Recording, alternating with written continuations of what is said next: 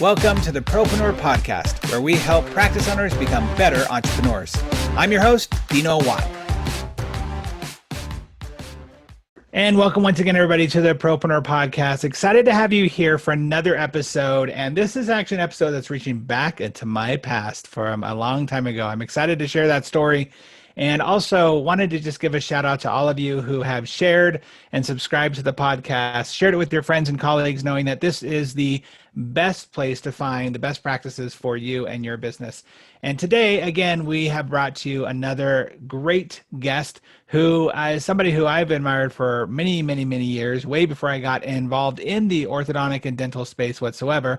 Dennis Cummins is here to share with us how to be a non-professional speaker and how to thrive in your business if you are someone who's thinking about getting on stage and sharing your message with people. So Dennis, thank you for being here. Thanks for having me, Dino. I appreciate it.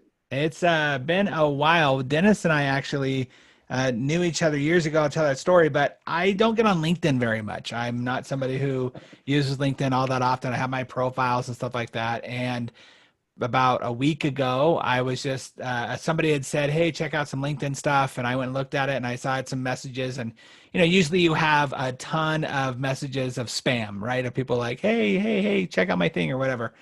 And I see Dennis and I'm like, oh, I wonder if this is another spam thing. It's weird. I mean, it makes sense. I'm in Dennis's world, you know, we've known each other. And then I look, I'm like, oh, it's an actual message like about your book and about podcasts. I'm like, sweet. So I'm so glad we reconnected. I am too. And, you know, we spoke about this last week a little bit too, because I'm very rarely on either. And the fact that we both were on at the same time and saw, you know, you saw an actual message that wasn't 3 weeks later was really pretty neat.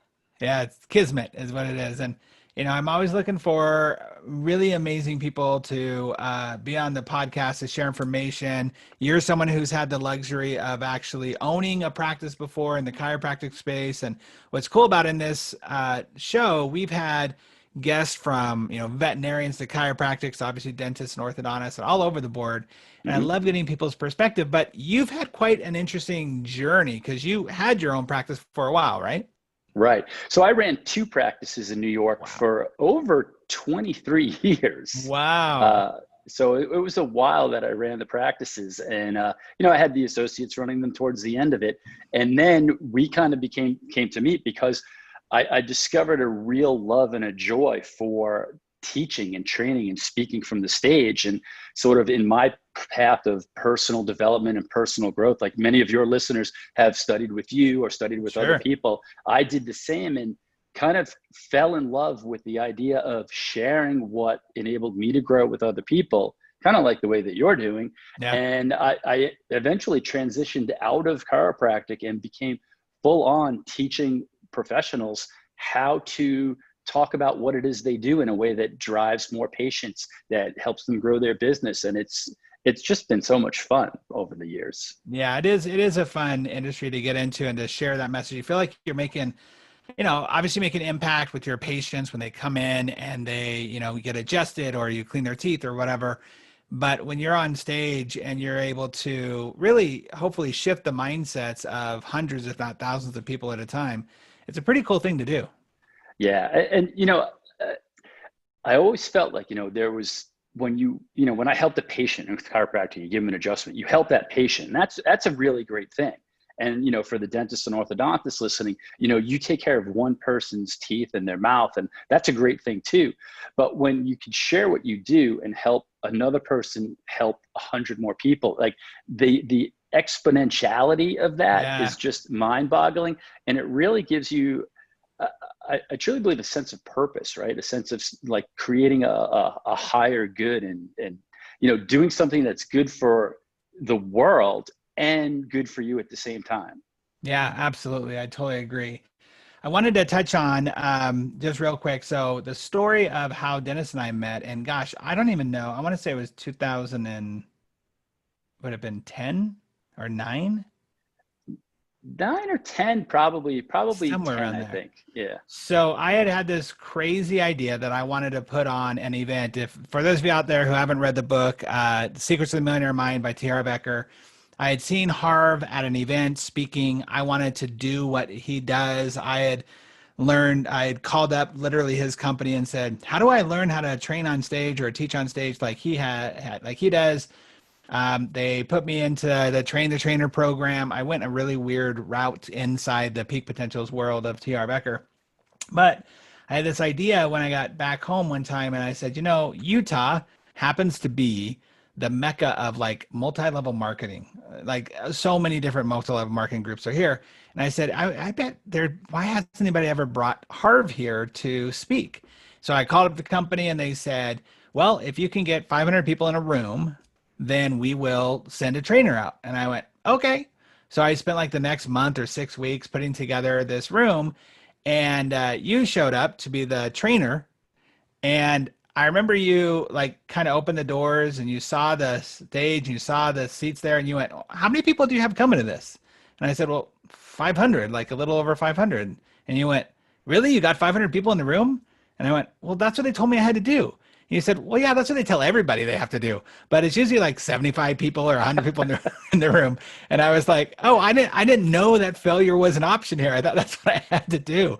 So it's funny because I use that story quite a bit around lots of little pieces of my life where I just didn't know that failure was an option, that somebody tells me to do something. Okay, I got to go do that. Mm-hmm. And that was our first interaction. I remember sitting with you afterwards and talking about, the journey that you were on that you just explained here.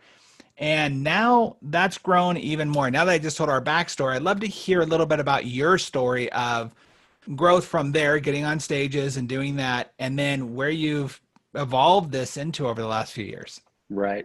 So, as a chiropractor and probably a lot of people listening, nobody's really born a great speaker, right? And I don't know what you remember of me on the stage, but I was kind of just starting. It was amazing.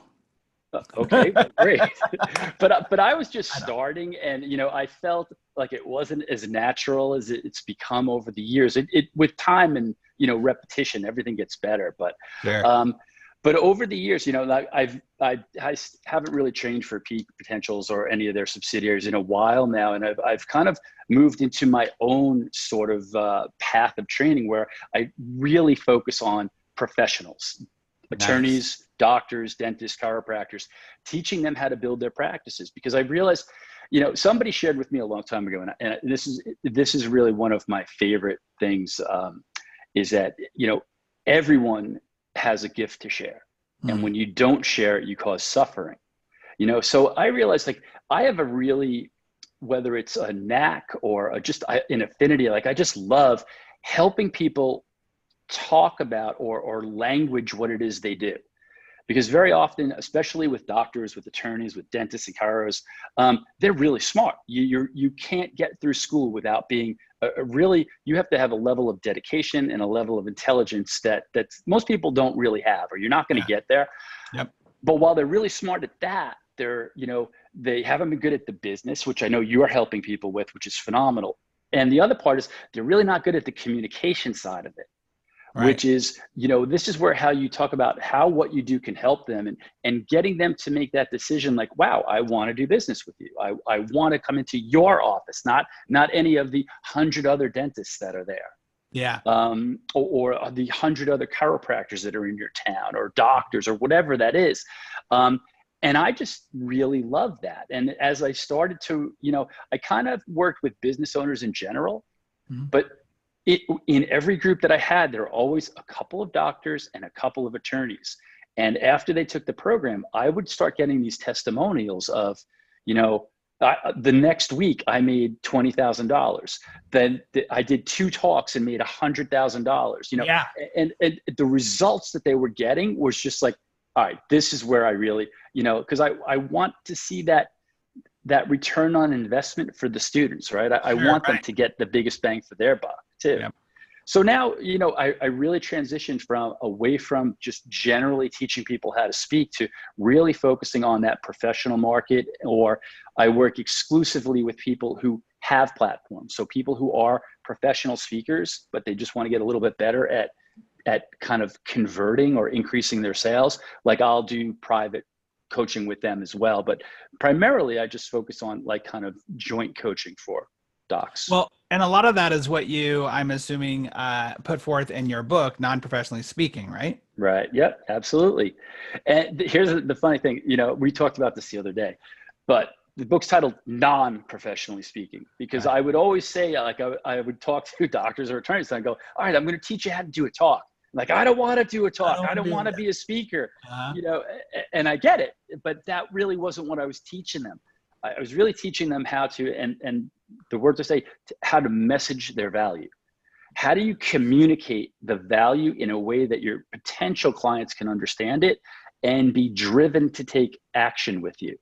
And that's really what I teach is the communication of sales, or the language of sales. Mhm. So, but it's done through the tactic of speaking. It's using it as a tool to create the sales, to create the results that you want. So I kind of, after all these years, well, I don't want to be a speaker. I don't want you to really be one either. I just want you to be able to have a normal conversation, but not talk above their head and not talk below it. Talk at the level that they need to hear what you have to say. Because if you speak to them in the way that they need to hear it, and there's certain strategies to be able to do that. There's a certain awareness that has to come. If you understand the skills and the principles, it becomes a lot easier. But once you do that, your ability to convert potential clients and patients into paying clients and patients is so much simpler. Well, I think it's interesting because you use the phrase of being able to speak and have a conversation to sell, and so many people are afraid of that sales process, right? They don't want to be the salesman. As much as people don't want to be a speaker or get in front of an audience, they really don't want to be salesy or a salesman. And Mm-hmm. really, what does sales come down to? It's about having a really good conversation, and have a conversation where you're speaking with the person, talking to them at their level and talking about their challenges, what they want. And if you can transfer that enthusiasm over to them, then that's a sale. And I think Right. that's a really powerful way. Matter of fact, in my challenge, one of the things I talk about is a very underutilized way that people sell is the story, right? Telling your story, telling the story that connects with them in a way that they can see themselves in that story. All of a sudden, it's like, oh, well, yeah, I want what you have, so sure, I'm going to buy the thing that you have. It just Right. makes so much sense. Yeah. One of the things I talk about is I call it invitational sales. Hmm. Most people think of the sales, I'm going to push this on you. You can't make anybody buy anything. No. So, but you can actually, if you give them the right information and you let them come to the conclusion for themselves that this is really going to be good for me and it's going to be worth it, then it's not a sale. It's like they're asking you for the product. Yeah. It's sort of like I call it the art of shameless self-promotion. Okay. You have to be comfortable with letting people know how you're going to help them so that they can decide, so that they can truly make a really good decision about, is that the kind of help that I want? But most of the time we couch our language. Docs they don't want to boast, and they don't want to brag, and they don't really talk about how they're going to help. They talk about what they're going to do. Right. But this, I know. Yep. Nobody cares what you do. Nope. They care about what you do will do for them. Yep. And, And and that's and that's I part of that story. I totally agree. I think one of the things I talk about, and I get frustrated with every once in a while, is doctors who aren't willing to diagnose instead of being like, well, maybe, sure, possibly. Like if I went to my doctor and I was having heart problems, and I was like, hey doc, I'm having heart problems, and he said, okay, well, if you wanted to, you could possibly take an aspirin maybe, or you could go and I don't, that's not what I went to you for. I went to you to diagnose me. And I think when people aren't willing to say, no, this is what I can do for you, this is what the end result will be. You said you want this, I can make that happen. It's really unfortunate that people don't feel that authority even to diagnose. Right. And I think when it comes to what we're talking about today is that communication aspect. Yeah. There's definitely a timidity among doctors and it's not just doctors and lawyers, Yeah. it's everybody Yeah. about speaking in public. Oh, Yeah. what are they going to think about me? Are I'm they not going to good at judge what I me? do. Yeah. I might say or too much. What if I lose Yes. my place? What if they ask me a question I don't know the answer to? Oh my Right. God, that's Right. the big one. I Right. don't want to look stupid in front of Right. people. Yep. And I think a lot of that is just a lack of skill. It's a lack of understanding. It's a lack of basic structure. You know, like I never tell my clients what to say. I say, this is kind of the pieces that are, it's like a Lego kit, right? You have a Lego kit and you can build the Millennium Falcon if you wanted to, but you could build anything else out of it too. It's just a bunch of pieces, but you have to have all the pieces or you can't build the end product. I like to give people the pieces and I show them, all right, this is the order that works really well, but feel free to move a couple pieces around so that it fits your style. Because one of the really, I think the most important thing with speaking about or promoting or talking about or selling your services is to do it authentically. Yeah. It has to sound like you. And you mentioned about the doctor. You have to sound confident. Yeah. You know, you have to be confident about your ability to help them. And if you're sure, and this is something that, you know, when I get a little hardball with people, if you know that what you do can help somebody and you don't really put it in front of their face and say, what are you doing by not taking advantage of this? Then you're being selfish. Yeah. Because you know you could help them, but because you're so worried or too concerned about your own ego and your own reputation that you're unwilling to take a stand and tell them that, well, then shame on you. And I truly believe that. It's like a malpractice in a way in the medical world. Like that's what you look at. You have something that can help somebody and you're withholding it. Right. Yeah, I agree. So let me ask you this. Oh, go ahead. I was just gonna say, if you just get that, if you can develop that attitude or that feeling where it's my responsibility to share what I can do. Yeah, that's a game changer for people right there, that mindset change. Absolutely. I totally agree. So let me ask you this. There's a lot of doctors who are on here that either have to give presentations or speeches that maybe they're not officially selling something, but they are trying to invite and enroll people and, if you will, sell people onto their ideas, onto their concepts, right? It's not a matter of them having to actually pay you for something, but actually buy into the idea of what you're talking about. Where do you see as, you know, you get to watch a lot of speakers out there who are either just starting out or maybe even some that have had some experience, but maybe a few bad habits. Where do you see some of the biggest challenges when it comes to being really effective on the stage? I think there's probably three primary areas that people have challenges with. Well, I'm going to say the overarching reason over all of these, but now I'll get into the three, is that they try to wing it. Right? They think, all right, I'm just going to do a talk. I know what I'm talking about, and I'm just going to go out there and wing it, and they're not prepared. Right. And when they're not prepared, anything that doesn't go exactly to plan or anything that goes a little awry, and then what happens is then they do look incompetent. Yeah. Even though they're not.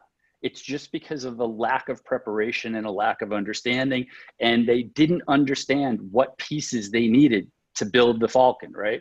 So they went in with a piece short, thinking that, all right, I got this nailed. I'm sure it's going to work out. And it doesn't, because they didn't put in at least a modicum of prep time.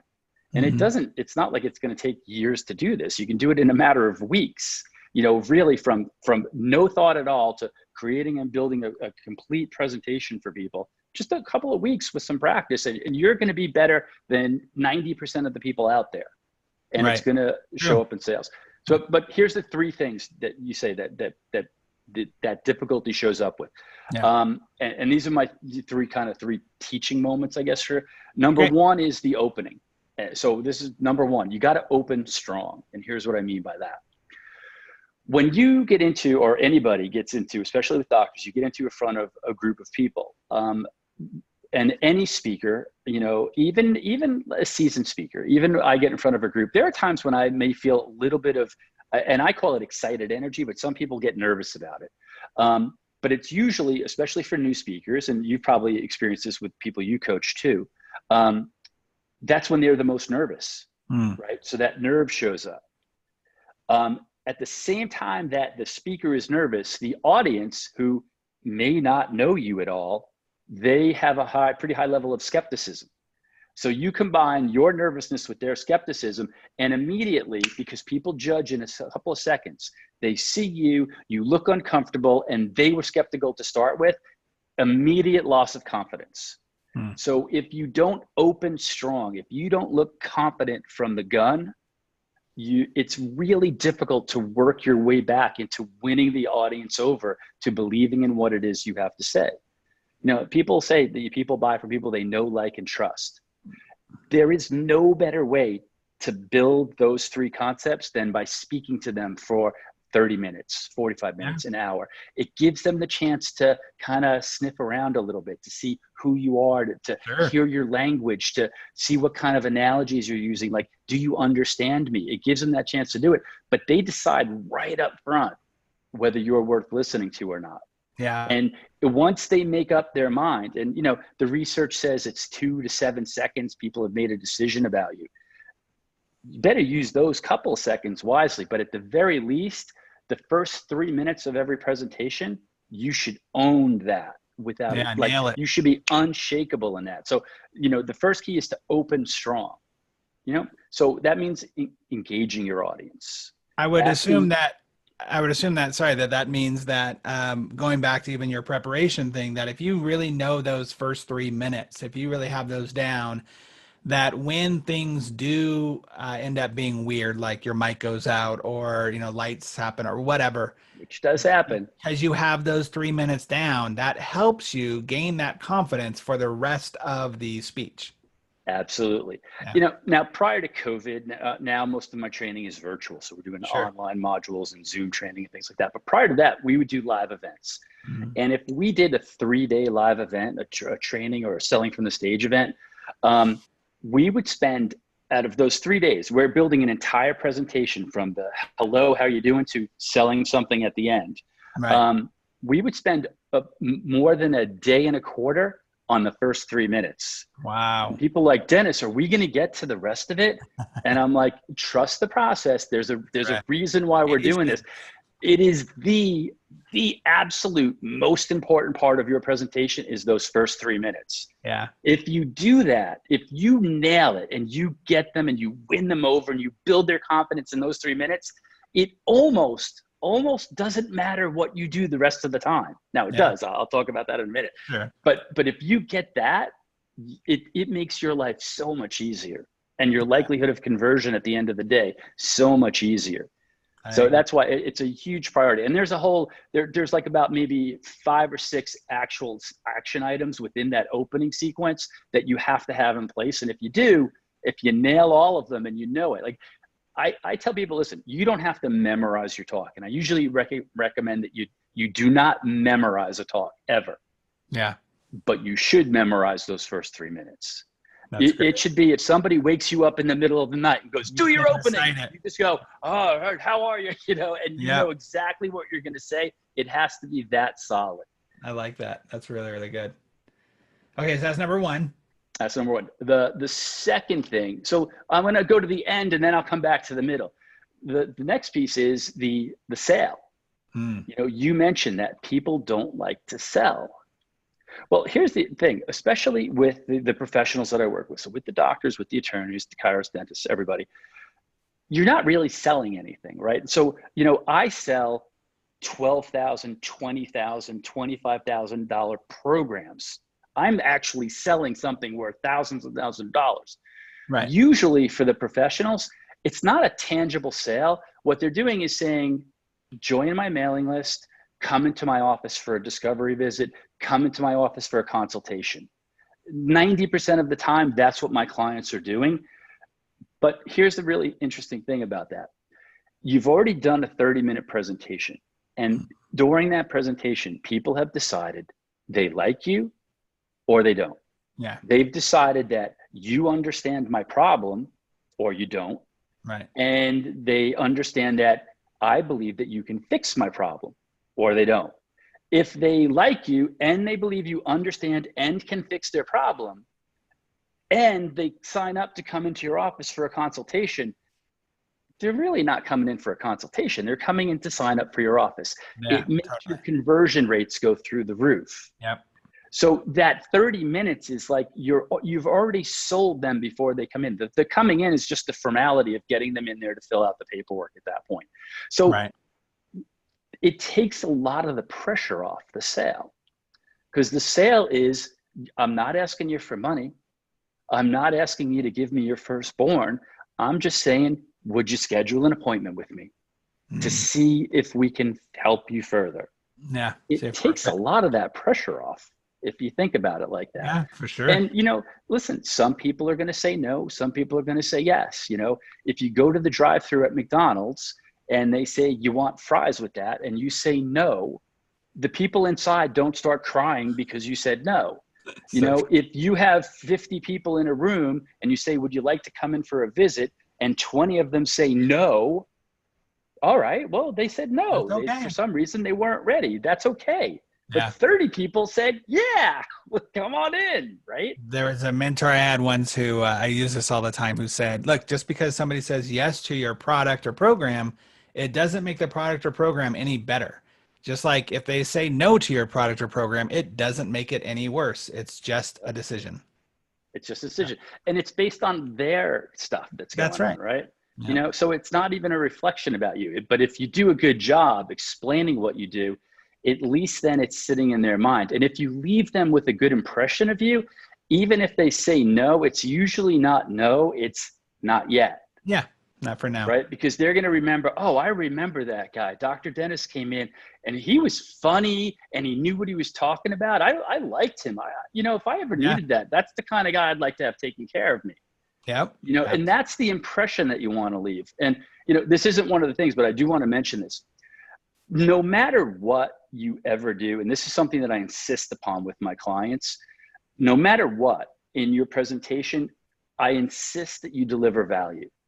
So even if somebody says no, when they leave, right. They left better than they came in because you gave them something, and this is really important, actionable. Yes. I say you must leave them with something that they could do on their own, even if they said no to you. Yep. Don't waste their time.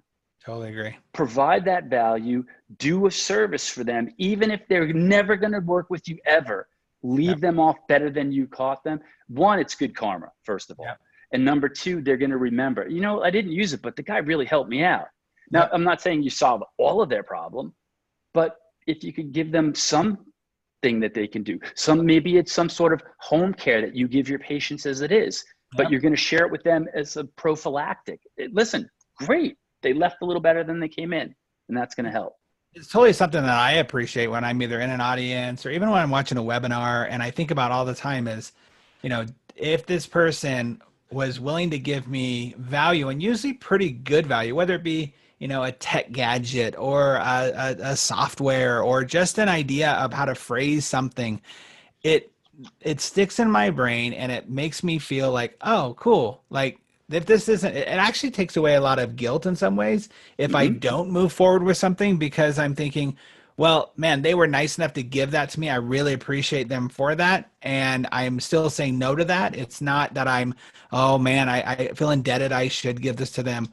And I think about that all the time whenever I'm creating a new either speech or even ads where I'm like, what could I do to help somebody feel like just reading this made them have an amazing experience and take something away with it that they won't forget me. I think it's so valuable. Yeah. And now, by the way, listen, you and I are both talking about it, and I know we have the same philosophy. We're talking about doing good for the sake of doing good. That's right. On the psychological side of that, during the sales process, there's the principle of reciprocity. That's right. The law of reciprocity.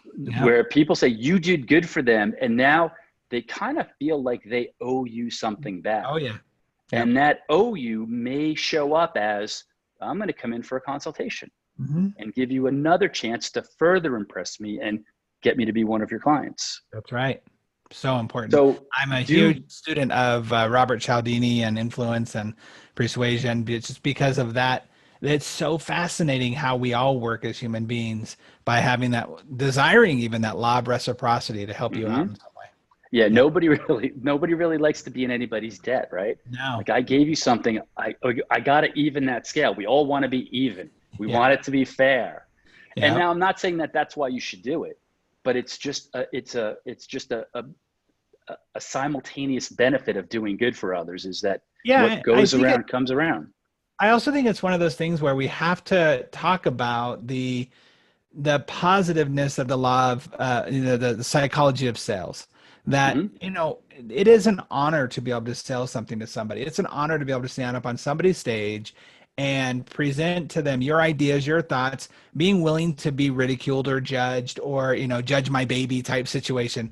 I don't know if you felt this, but when I put my book out there, my first book, it was like, okay, here's my baby, now judge it, world, right? Like, because it's something you pour your heart and your soul into and you really believe in it.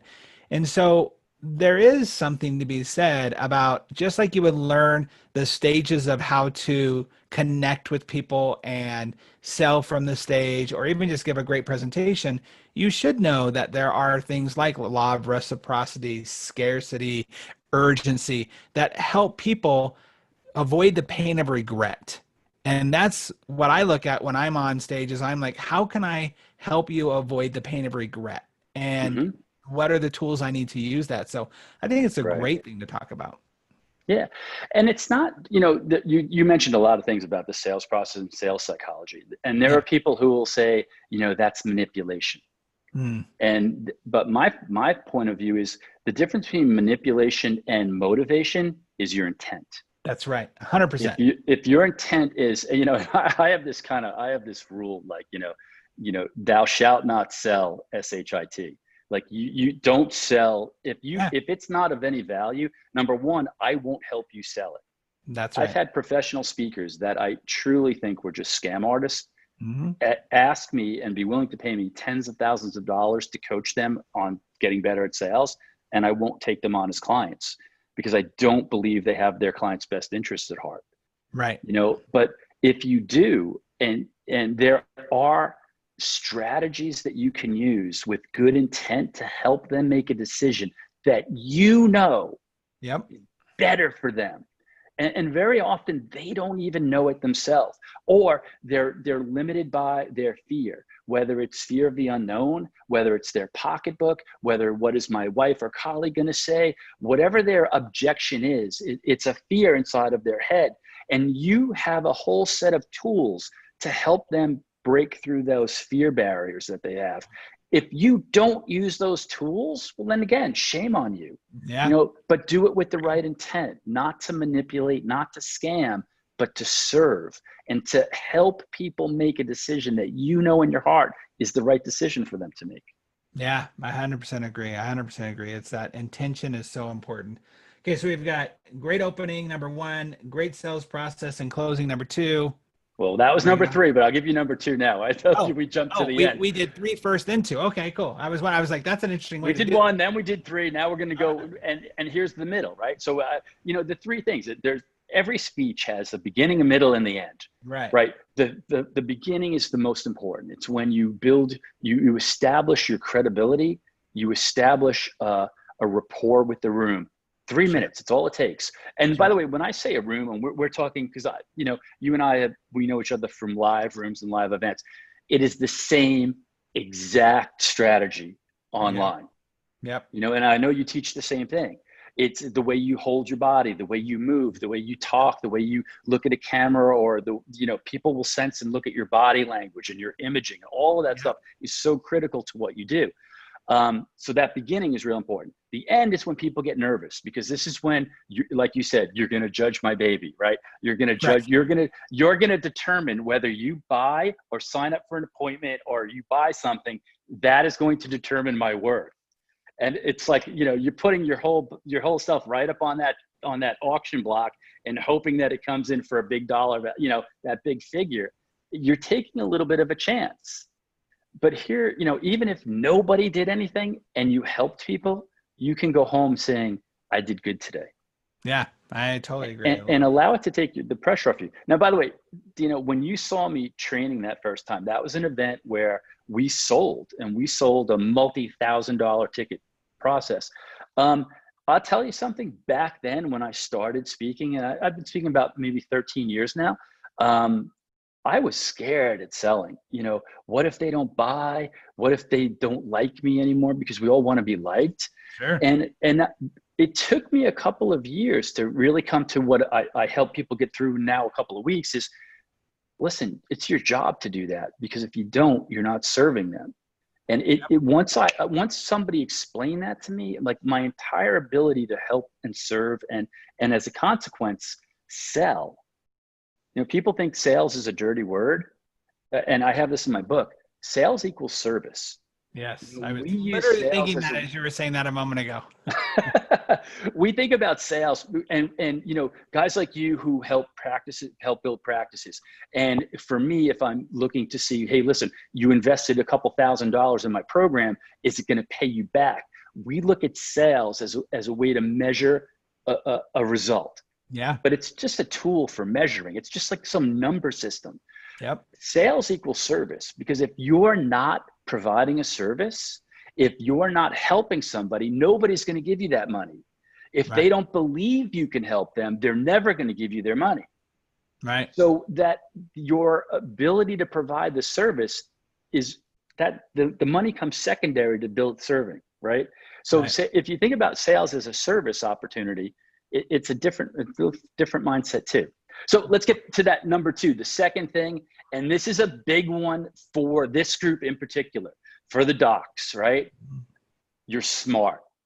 And that is your problem. You're too damn smart. And you think, and this is, tell me if you haven't seen this, when they go to talk about what they do, they go all medical lingo on people. They start using Latin and speaking in tongues. And, you know, they've got all these giant diagnostic terms and they're talking about all their technology and it's too much. Yep. It's just too much. Yep. So, you know, here's my lesson, and to really make it simple, it's just less is more.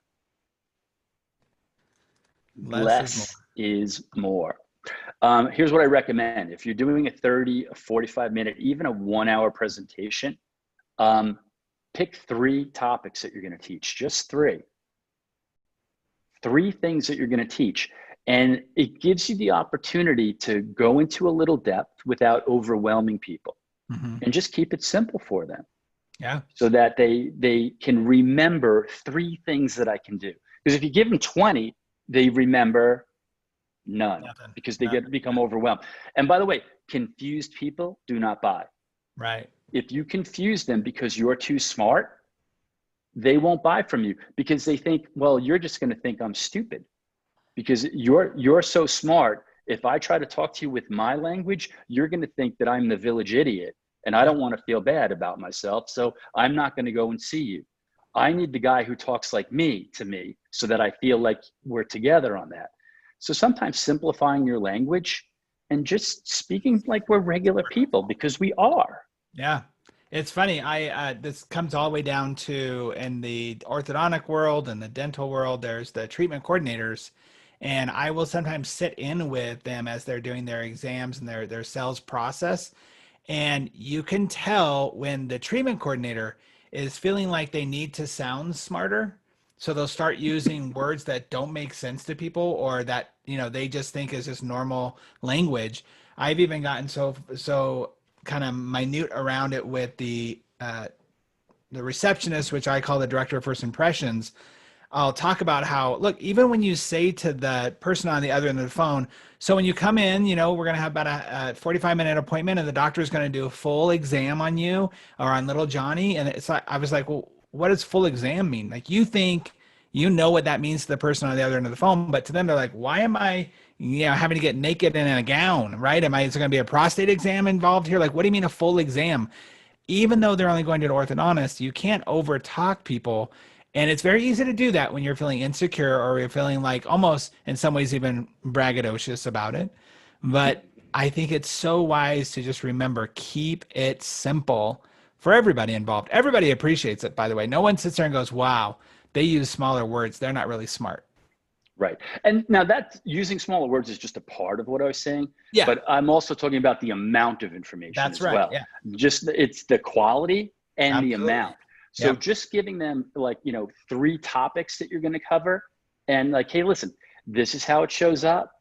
Yep. This is what will happen if this gets too far. This is what happened to so-and-so, using some social proof in the process, and a story about it. And then this is what you can do right now to make sure it doesn't happen to you. So this is one of the things we do with the people in my office. So you're kind of talking about, we do a lot of things with the people in my office, but I'm just going to give you one of them right now so that when you go home, you can get started for yourself. Right. Yeah, I had a friend once who explained that we're actually taught, our brains are taught in threes, right? Like we have ABC, CBS, Fox, right? We typically have learned one, two, three as our learning patterns. So it just makes sense to add to that. So I love that you're incorporating that. Yeah. And again, listen, if you're going to do a longer presentation, obviously you're going to be more than 3 topics, but Right. I say, listen, keep it a little bit simpler so that it's easier for them to remember what to do when they leave. Right. Yeah. And that's real key. And by the way, I just want to, and then, so number 1, open strong, right? Getting that confidence. Number 2, less is more in the middle. Keep it simple, focus on 3 main options. And at the end, for that close, when we get to the end there, one of the things that I didn't say before and I want to add is focus on the benefits, not the features. Yeah, for sure. Benefits over features. So, it's great that you can talk about all your technology and all the 3D imaging and the laser imaging that you're doing right now, and all of the ultrasonic tools and devices that you've got. Wonderful. What does that mean to me? No one cares. Right? And that's what they're all thinking, because they don't care what it is you do. They don't care that you have the latest Series X 7000 level of machine. Nobody even knows what that is. Right. They don't know what the nanometer laser you're using does, and they don't care about that. The only thing they do care about is, how is it going to affect me? And that's the languaging that you have to bring across. We talked about, you have to message your value. You have to language your value.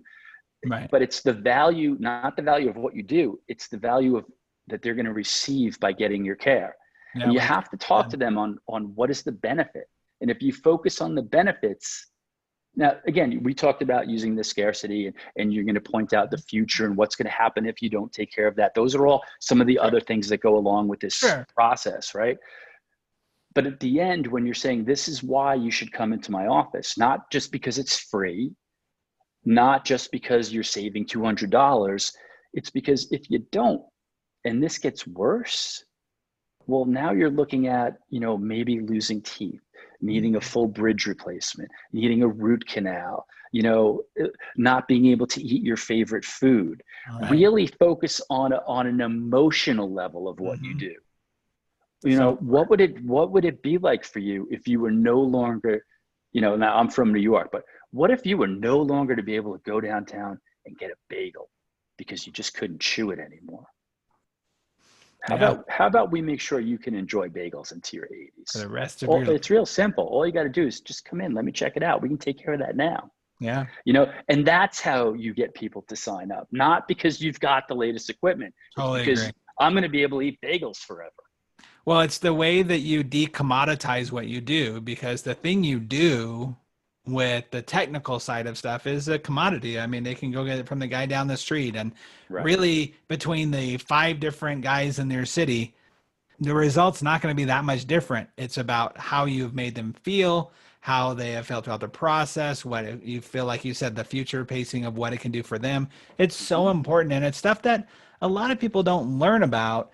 And that's why, I believe that when you learn how to present and you learn how to, so in your book, Non-Professionally Speaking, being able to understand, all right, maybe I'm never going to be on a stage, but you're always going to be speaking to somebody. You're always going to be presenting to somebody if you're in a profession like this. Right. So I think those skill sets are so powerful to learn no matter what. Now, you took the train the trainer program that I taught. And, when I took it too, now I was actually fully working in my chiropractic offices when I took it. And the only reason that I took the train the trainer program, I did not want to be a speaker. I didn't want to be, international trainer. I didn't want to, do motivational talks to arenas. I didn't want to do any of that. All I wanted to do was a healthcare class for the new patients in my clinics. That's why I took it. So 5 people in my reception room, and I could do a healthcare class about the importance of continuing your care and getting your chiropractic adjustments so that my patients would get the most out of their care and stay through the whole duration of their treatment plan. Hmm. So when I did these classes, they stayed till the end. When I didn't, they dropped out as soon as they felt better before they Right. had the rehabilitative care. That's the only reason I took it. But here's what I noticed, and you can let me know if it was the same for you. My communication got better with my staff. Oh yeah. It got better with my kids and my family. I mean, it got better with my colleagues. Like Yep. the communication skills that you master in the progression of becoming a presenter, let's just say, Mhm. they translate into everything. Oh yeah, Your for sure. ability to have that report of findings with your clients, Yep. and where then you're offering the options and the long-term care options. You use the same principles in all of that. So this is one of those skills that it's not just for doing a webinar. It's not just for Yep. your Zoom meeting. It's not just for your live events. It truly affects every aspect of what you do and how you communicate. I would even go so far as say, even in your parenting and the way that you communicate with your friendships. I remember the very first principle in general that was taught to me was the idea of enrolling everyone, right? That how many of you this, how many of you that, in the situation of finding out where people are and letting them all Mm-hmm. feel like I'm going to talk to you, all of you, not 99% of you, not 20% of you, but all of you. To this day, I still use that in my small little trainings with just my teams who've known me Mm-hmm. for 6 months, 12 months, 2 years. I will still go in and start talking to them and making sure everyone feels included so that I can speak to everybody. It's such a powerful concept Yeah. of just all those little things that affect you in all other areas of your life.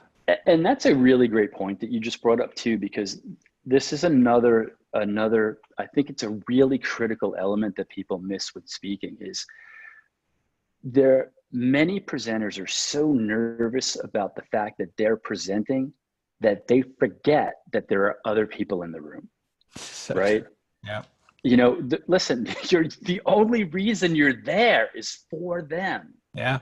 But where, the possibility of becoming so nervous that you can't focus beyond yourself, Hmm. you lose the connection with the room. You lose that sense of, hey, listen, I'm including you guys, Yeah. because you forget to. Yep. And that's where, if you understand the structure and the elements, and you kind of have practiced them a little bit at least, and then it gives you the ability to no longer focus on, oh my God, I'm so nervous. And you get to focus on, hey, I'm here for you. Yep. And I want to help you a little bit. And let's have a conversation, because at the end of the day, speaking in front of people is just a conversation with more than one. Hmm. It's, Yep. you and I have spoken, you've seen me on stage, you've seen me off stage. I kind of sound exactly like, even on the phone call, That's it's right. kind The of same it online. sounds Yep. exactly the same. And, It's and such you a as vital well. thing. So important, right? To be the same on stage as off stage. So true. Right.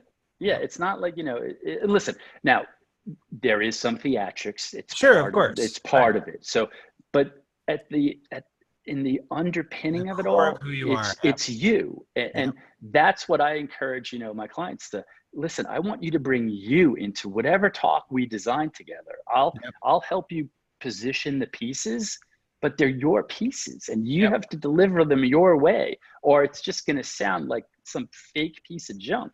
Yeah. Never So going to true. work.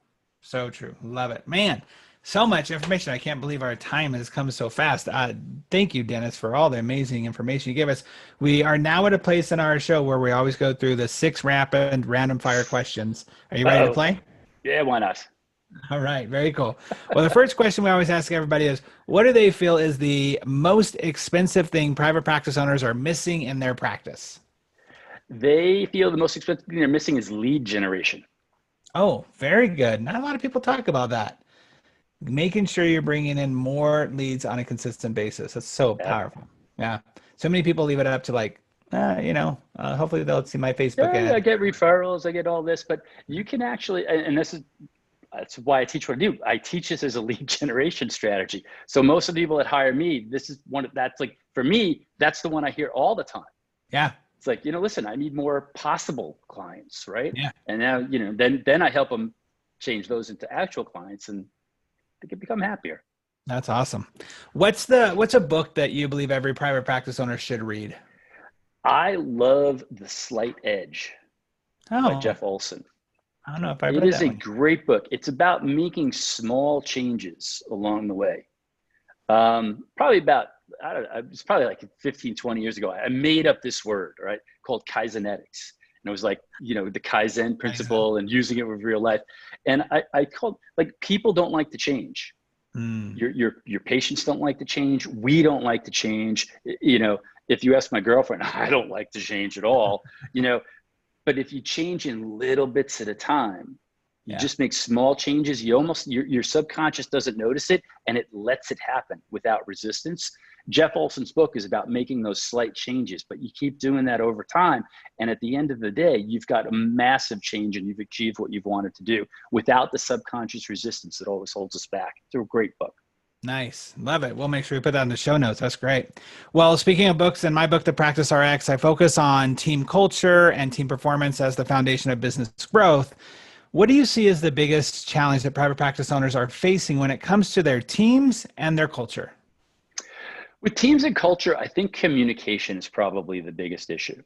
Um, uh, Creating an open environment for communication where it's not a blame game, but it's more of a how do we work together to fix this problem? Ownership. Yeah. Yeah, it's ownership of, hey, listen, this is what happened. How do we fix it, instead of who's responsible?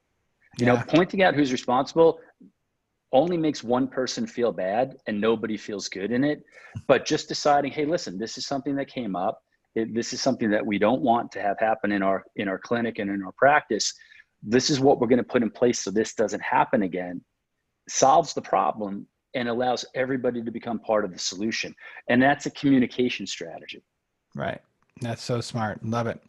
All right. Number 4, as always, we want to make sure people can get a hold of you. So what's the best way for people to reach out? Number 1, non-professionally speaking is on Amazon, I'm assuming. That is on Amazon. Yep. Okay. And then how And else the can they get a hold website, of you? the website is nonprofessionallyspeaking.com. Okay. And if they want to, listen, if you're listening right now, you think, hey, listen, I might want to find out what Dennis does and maybe work with him. If you want to have a conversation with me, I would love to do that with you. More than happy to. DennisCummins.com/consult. So DennisCummins.com/consult. And that's a link to my calendar. So show up on there, and in the questionnaire, just put, mention Dino's name somewhere in there, and I'll know where you came from, and we'll just have a chat. And if it turns out that I can help you in some way, I will do that. If we want to work together, I'll do that too, but I'm here for you. I just thought of this as you were saying that, like, there's so many people doing more webinars, doing more virtual presentations. Obviously, a lot of the live events. I know every single ortho event other than one that I know of for this entire year has been canceled, and either canceled and put online. Man, if any of you out there listening are going to be doing a presentation, just to get a new perspective and a new fresh eyes, if you will, on this topic, on your topic of what you're doing and how to actually speak well, man, reach out. Why not? I highly encourage you guys to do that. That's a great idea. Thank you Yeah. for offering And Dino, listen, I've seen some of your work, Dino, and you're amazing at what you do. that. And Thank you're you. right. Everybody has taken what they do online, and most of them are terrible at it. Yes, they are. Most of them are terrible at it. And what happens is that's the impression they give the people that are watching.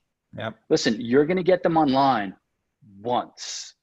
Yep. You're either going to convince them that you are the doc that I want to work with, or you're going to make them very certain that you're the person they don't want to work with. And it 100%. depends on your preparation and understanding of the process. And, it's not hard, but it takes some understanding, and it just takes a little bit of effort. Yeah, it's very, very true. Totally agree. Okay, what is the best advice that you've ever received in life or in business? The best advice that I've ever received in life or business, and I think I actually shared this at the beginning of the show, Mm, but it's that I have a gift to share. And mm, if I don't share it, I'm being selfish. And I truly believe that for when I taught events, I said this, and I have goosebumps right now saying it. that's I awesome. truly believe that each and every one of you listening right now, and I know you too, Dino, have a gift to share. Now Yep. you're sharing yours, but there are people out there because they're afraid to talk about what they do. They're afraid to self-promote. I talk about shameless self-promotion. That means not being ashamed of telling people who you are and how you can help. Until you have that sense in you that, hey, listen, this is what I do. I'm here for you if you want it. Whatever you decide is going to be okay. You cause suffering, because you're holding back, because you're not willing to get out there, to get in front of people, to tell them how you can help. And, Yeah. and that was a game changer for me. It changed my ability to serve because I stopped thinking about me and started thinking about the other person more. It's so true. I was taught this years ago that in body language, when you are getting ready to get on stage and you're short of breath and you're nervous, that it's because you're thinking about yourself. And you would think that, well, no, I'm nervous because I don't want to be judged and all that stuff.